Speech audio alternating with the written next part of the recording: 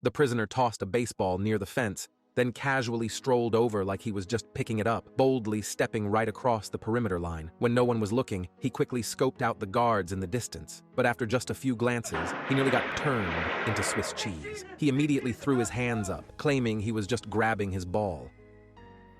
When the officer started chewing him out, the guy actually had the nerve to smirk, because he'd just confirmed what he suspected. This spot was a total blind spot from the watchtower.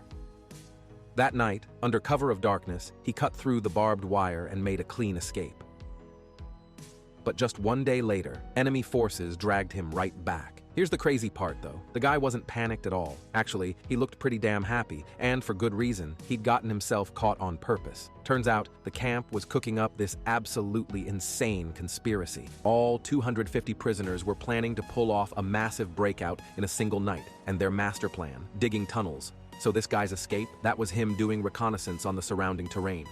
After careful planning, they decided to put the tunnel entrance right under the stove. To cover up all the hammering and floor-breaking sounds, they coordinated indoor and outdoor work perfectly, everything happening at the exact same rhythm. They also posted tons of lookouts outside, who'd signal the moment anything sketchy went down.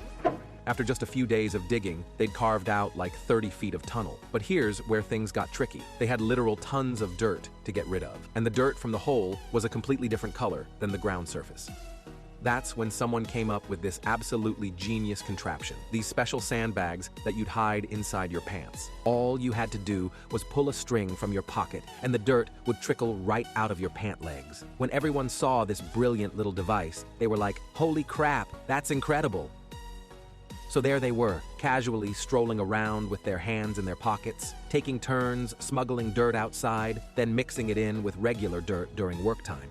During their daily drills, the guys up front would scatter the dirt, while the guys in back made sure to cover their tracks completely. But as the tunnel got deeper and deeper, the guys down there started having trouble breathing. They desperately needed better airflow, so they rigged up this makeshift ventilation system. But that wasn't enough on its own. They needed really long air ducts, so they started collecting every pipe-shaped thing they could find to use as parts. And to cover up all the hammering noise, they had a whole crew outside belting out songs at the top of their lungs. Everything was running like clockwork. But here's the problem. The camp had gotten way too quiet, and the officers started getting suspicious. So they began pulling these random surprise inspections left and right, which not only slowed down the work, but also made it way more likely they'd get busted. To throw the guards off their scent, the camp suddenly became this theater of ridiculous fake escape attempts. Some guys would dress up like lumberjacks and try to blend in with work crews. Others would hide in the back of transport trucks.